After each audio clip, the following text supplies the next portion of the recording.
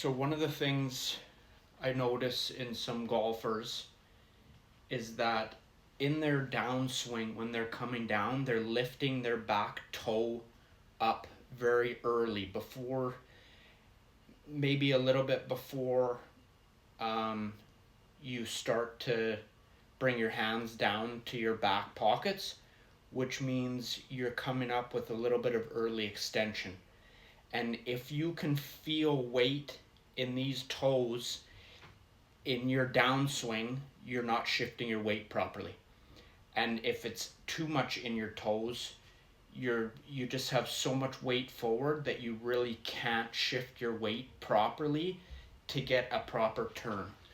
Because if you're up like this and you're just coming in your downswing, you're lifting this up, you're kind of getting stuck here, so all of your power is already gone really early, number one. And if you have your weight in your toes too much, you're not turning your hips properly out like this. To be able to kick your lead hip out, your weight has to be in your lead heel at least. And if you've got too much weight in this toe, it probably means you've got a lot of weight on your lead toes too, which is going to make you turn and kind of go towards the target too much, and you can't turn your lead hip. What I mean by keeping your weight in your heels all the time is that when you're coming in your downswing, if your weight is in your heels, you can see my butt is going back, so I have all this room right now for my hands to go through on the proper path. Okay, you don't want your lead toe coming up. You can see I'm getting stuck here. I don't have room anymore for my hands to go through. So you keep the weight on your heels as long as you can, and keep it on.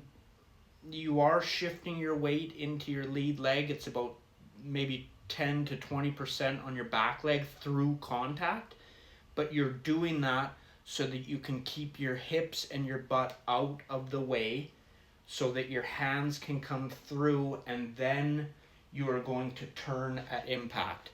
And when you're turning at impact, you want your weight in your lead heel so that your lead hip can go back. You don't want to go too far forward like this. That is keeping your weight either on the balls of your feet or on your toes, and you're not getting any turn. You're getting a lot of weight shift, which is great, but you need the turn so that your club can come around your body. The golf swing is an arc, right? So if you were, for instance, hitting a baseball, you're going to be going like this. You're kind of coming across your body like this. So if you were just to bend down and do the golf swing just like that, your club is on an arc, right? Your club head is behind you here, and as you follow through, it's behind you again. You have to get it on that arc.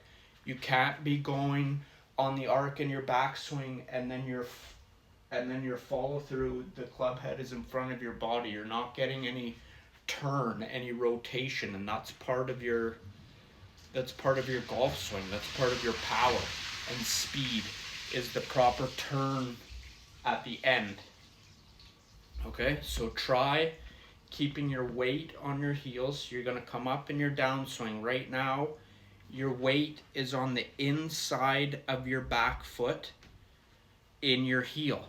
Keep it in your heel, and then as you come down, you bring your hands to your pockets, and then you're going to come into your contact. And as you're bringing your hands down, your weight shifts into your lead heel. It is still a little bit in your back heel. I don't want your toe up. You want to keep the heel down so that you're transferring your weight. You have this room for your hands to come through and swing, and at contact, the weight goes into your lead heel so that your lead hip can spin around, and after contact, your back heel comes up so that you can follow through and face the target. Okay, once more this way. You're coming up. Weight is in both of your heels. hands down to your pocket, you're coming down into contact, and it shifts into your lead heel. Weight is still back, so you have room for your hands to come through and hit the ball. And then as you're following through, your lead hip turns so that you can face the target, and you have room again for your hands to come around. Then after contact, your back heel comes up.